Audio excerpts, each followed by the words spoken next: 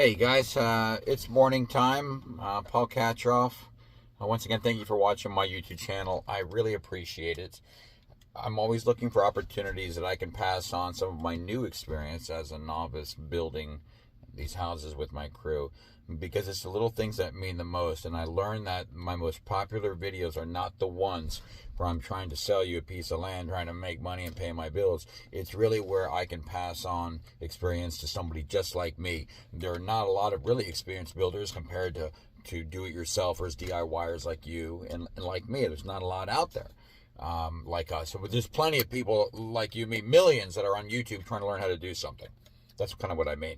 So here I am on my fourth job. My first job, incrementally, here's what happened. My very first job, I got a unit that was basically nearly done. I just had to lay some flooring and some sheetrock down. I had that unit brought in, my first rental unit. My second unit was completely stripped. That was my big learning experience. I get this unit from a factory. It's completely done as far as the walls, and all I got to do is go in and learn how to build studs on the inside. I had to run the plumbing, and I had to learn a little bit of electrical. And that is where I go out. I buy $1,000 worth of tools. I'm real gung-ho. I'm excited, naturally, because it's fun. It's fun. And then, of course, I came to a screaming halt and making so many mistakes on the inside that I was able to learn from. I had to get people to constantly bail me out. I was on the phone constantly going, YouTube sucks. I can't get it on YouTube. They're not showing me anything on YouTube. And I had friends coming in saying, no, Paul, you're doing this wrong. Well, after that second unit, I got it done. It was painstaking. I went through everything from crooked walls to leaky pipes, you name it. It was a catastrophe, and I got it done. Come my third build was a complete brand new build. This time I have a terrific crew. Okay? And so now the crew comes on, experienced tradesmen. So here I am going from hands-on to more superintendent mode, running the job. So I got these guys building me a house, start to finish. I started by being the material runner and doing the scheduling, keeping these guys from leaving the job. You don't want them to leave the job. When people come up to you, when crews come up to you, especially Hispanic crews and everything that you're working with, and they say, look, I'll give you a labor price only. A lot of people don't seem to understand. It's not so much that they are apprehensive about going overboard on their materials list. Moreover, they want you to go get the materials. So I have this truck and this old truck and this trailer. So my job is to keep them from ever leaving that job, keep them building, keep the action going. So I'm constantly ordering materials. I'm doing runs. They need to be able to go, Paul, on the fly, go get me a board, go get me this. And I'm running downtown to get it. And that's where I have my trailer at my disposal and everything. So they come in. I get to watch them build an entire house, start to finish, foundation, everything. I'm able to take some of this information from watching guys do a really good job, and I'm able to build my own fence and do my own piers after. I literally took the information from that job, and I was able to do some work on my property. So enter the dragon, I like to say. Job number 4, I'm building a house for Mom. They come out. I already know what they're going to do ahead of time. Where I'm fine-tuning my operation is I'm getting to know my crew. You know these people now. I'm also knowing what I can do to make the build go quick and easy. I have no diagram. I have no plans. Here is where I'm taking the build from the last house, from my own house, and I'm realizing, wow, I've got off-centered windows. I've got off-centered lighting. I made a mistake there. I've got an AC vent actually in my shower, which shouldn't be there. So all these little tiny things, I'm learning that there's so much that I can do to make sure I get that perfect house build from start to finish. One of them is material running.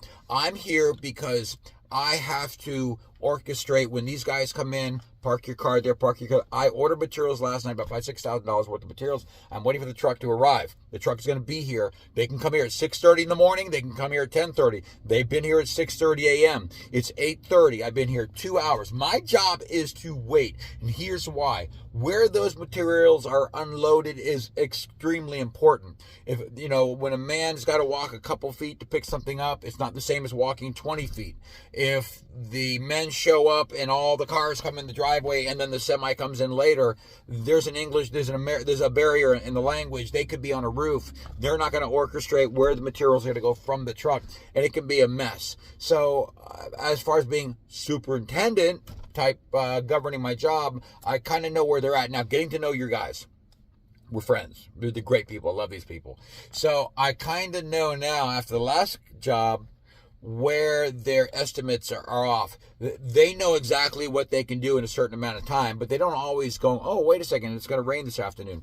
So they may say, Paul, order this for Friday. And I go, these guys are trucking along. I want it Thursday.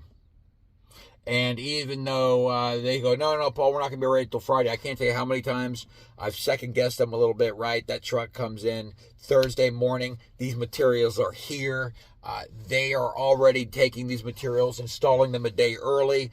The other thing that I do is I burn. I got burn piles in the back. There is so much debris, guys, that goes on. In a day, you can have a pyramid, like a Great Pyramid of Egypt, in the backyard of trash. Well, that builds up. You just can't let it build up into a massive bonfire, because it's going to burn down all the trees around the property. So I know that every couple of days I am burning down the debris in the back. It's easier to manage. I've got water back there. I'm burning so that they have a place to put their garbage. And anyway, I'm going to show you one thing that I found is really important in my job, as far as, getting the materials and scheduling everything done. You can't schedule and order an entire job from delivery alone. It's not going to happen. You got to supplement that delivery with some type of carrying device. I have a 16-foot trailer, and I can't tell you guys how important a 16-foot trailer is. And I didn't know. I got lucky. I bought the trailer used off of somebody, and I was like, it's kind of big. The guy used to bring a tractor on it. In retrospect, I hit it on the jackpot. They got 10-foot trailers, 12-foot trailers, 16-foot trailers, 20. Had I not gotten the 16-foot trailer at least 2 or 3 times, I would have been in a jam and have to pay $100 to $150 to order 3 pieces of wood. Let's think about that. I would have had to actually pay to deliver 3 pieces of wood. And here's what I mean.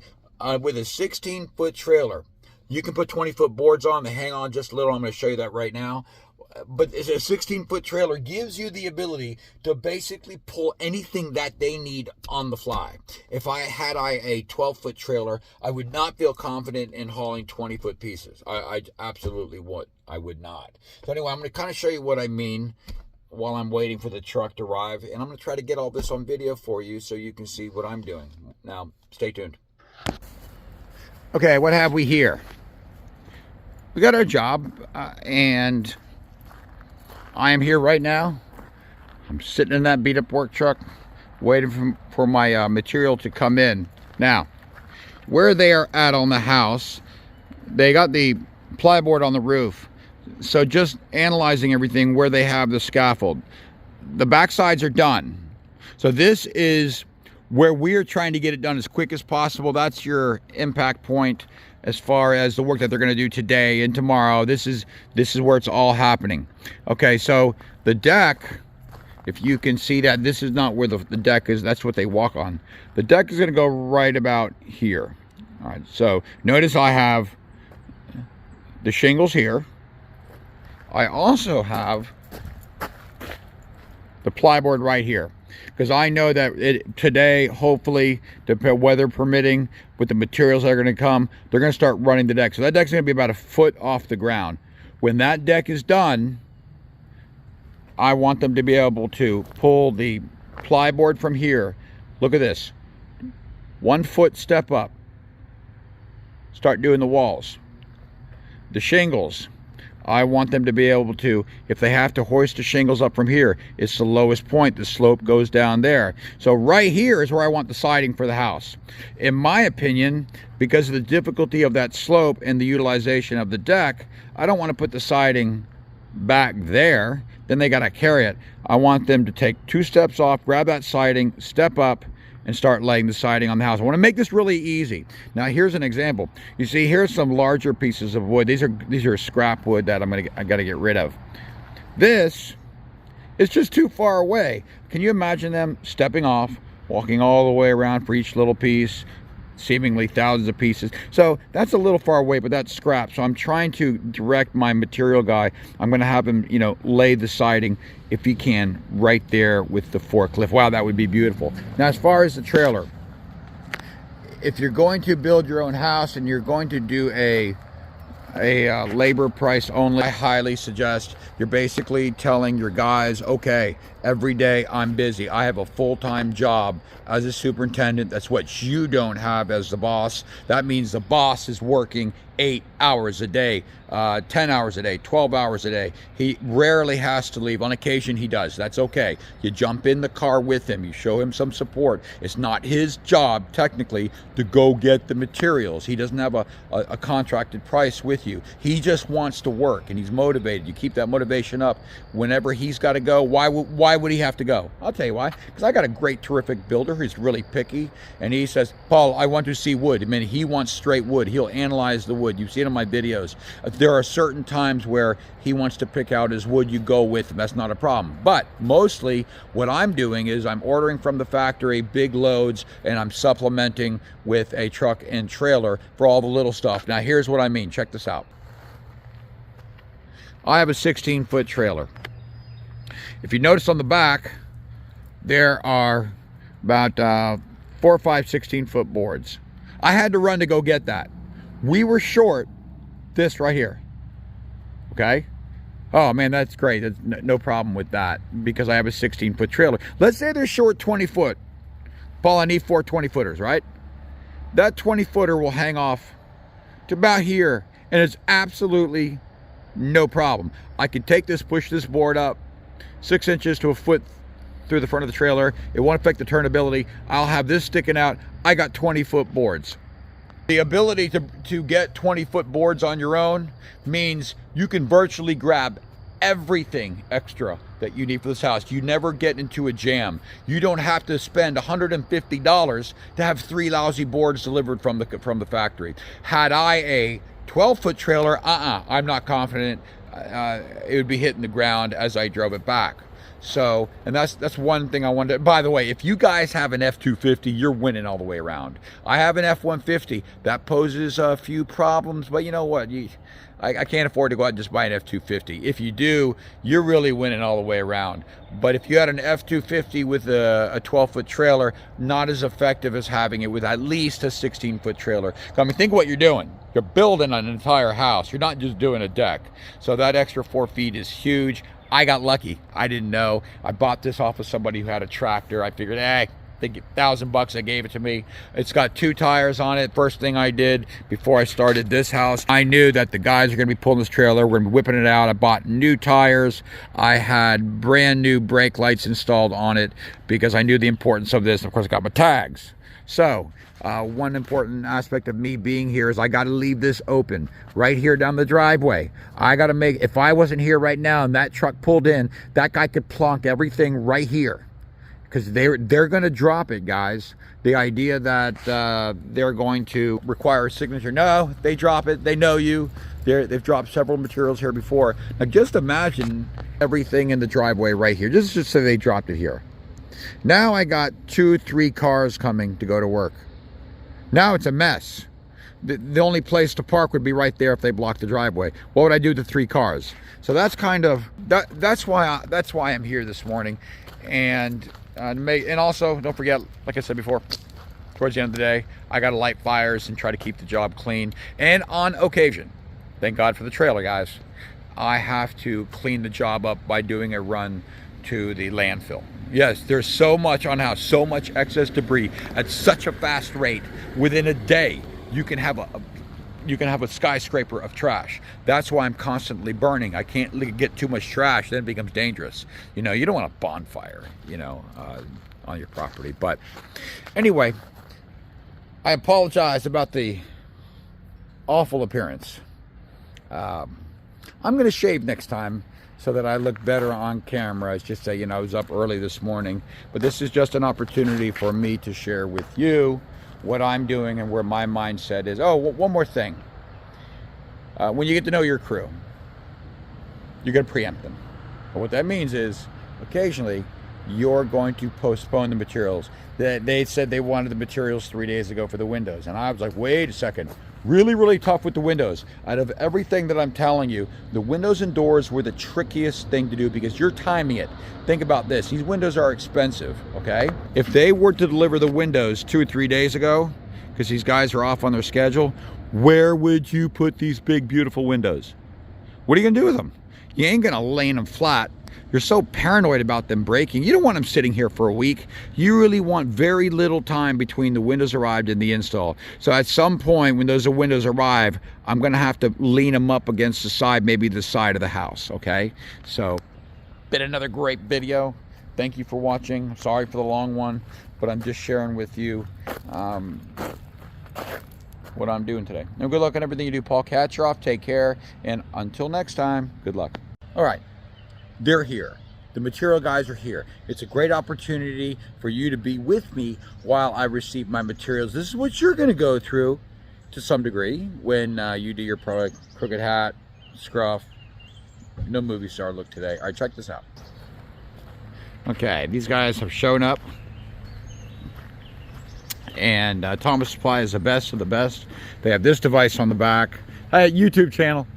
Okay, anyway, he's the best material deliverer in the entire county, guaranteed. So this truck has shown up, and he asked me first thing, he says, where do you want everything? So I said, I want that in the driveway. I said, you know what? Put everything in the driveway because that's the lowest point where the house is. So this is what he's doing. He's gonna start unloading, and they're gonna pull this little neat contraption out.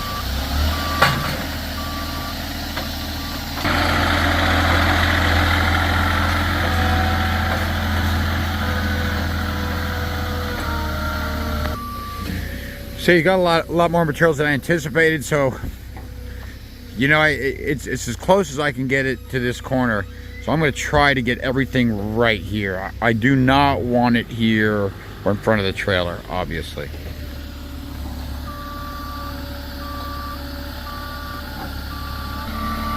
Man, that's a load right there, guys. Haha. That's a heavy load.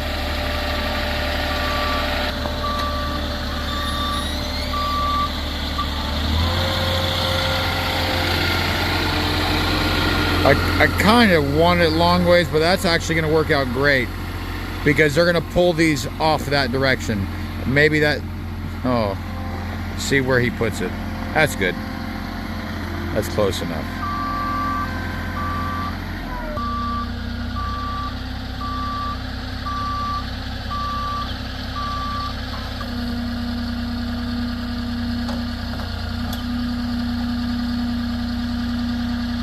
Hey, you've got this, there's a cement brick under here. You want to look at this real quickly?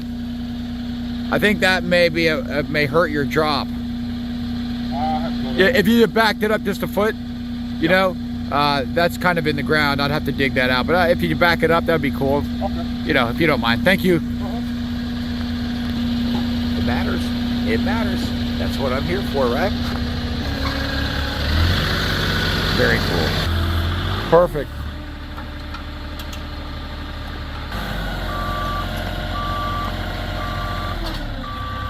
Nice. All right. Perfect, perfect. And now the guys can go right from there, pull that. They're probably, in my opinion, they're gonna side this first, and then they're gonna work their way around the back. Look at these long boards right here. These I could have put on my trailer, but they're just too many. I didn't feel comfortable with it.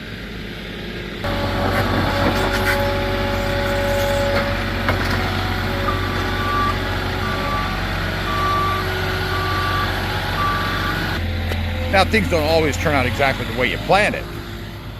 You know, I may have to place these larger boards a little farther away from the house than I wanted to, but that's the way it goes sometimes. You know, I may place those boards right here. I don't know if he's gonna get them back there or put them there. I think I might just have him just drop it right here. You could drop those right here if you wanted to, make it easy on you. Yeah, that's all I need. no cars are going to be here anyway, obviously. We got the materials going. Might as well put them all right there.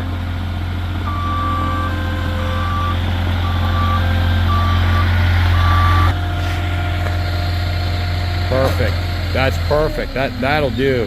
They can carry that right there to the deck. Plan coming together nicely. Just perfect. So I got the plyboard for the walls. I've got the shingles here, which they can hop from here right to the corner, hand it to the guy there. I've got the deck boards, which can easily be pulled off this way. Just throw it 1, 2, 3, 4. And of course the siding at the very tail end, I would start here, run the siding on the deck. I would also run the siding here, and then of course it's going to be larger, so they're going to have to carry that around the back and the side. But hey, what am I supposed to do? Ain't a miracle worker, guys. All right, this is interesting. These are the big boards that are coming off. And you know, I'm not going to be as picky with these really large boards. I know it's a difficult, we're running out of room on the driveway. Think about it. You know, I don't care if he puts them there. I just don't want the trailer back. I have to be able to get in there. So there's plenty of room to work with. And if he drops it down there, my guys can still park up here. So, there we go. All right, I gotta guide him in this last one.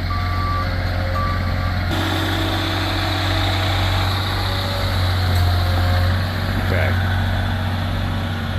You got an interesting machine. I said to him, you can go ahead and lay that down right there as long as we don't block that trailer. Oh, perfect. That'll work. That will work perfectly. Super.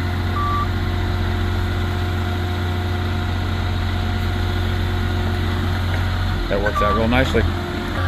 Thomas Supply guys, they're great. They're great. So here's what I got. I can't ask for anything more than this. And you know, I know this was a difficult deal. The reason why I didn't have him go back there is because of the slope. I prefer not to have the boards on a bend. It's raining today. It's raining tomorrow. This wood is going to be soaking up a little water. So the last thing we want is these large pieces on any type of curvature. So when you snap the lines, you have bent wood, right? So I have the trailer clean, and I think my job is done. And this is the next door neighbor. They're not there. We have one car that can park there. We got one car parked here, and we can back into there. Paul Kacheroff. This is a long one, guys, I know, but I'm hoping that you can take something from this. I mean, I'm doing the best I can here. And of course, I know there are millions of people that do a better job at laying their materials out. But I want you to find the importance of me being here to do that. You want to be on top of things. You want to stay on top of your own job. It's the little things in life that mean the most. Thank you very much for watching my YouTube show. I just said that, didn't I? That's right. Hey, not easy being a star. It is what it is. You know, listen, when I get back, I'm going to call George Lucas, to see what he thinks, what my next move should be. Good luck on everything you do. Take care, Paul Kacheroff.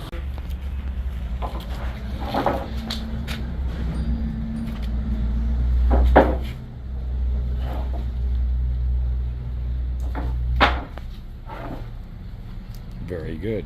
Very good.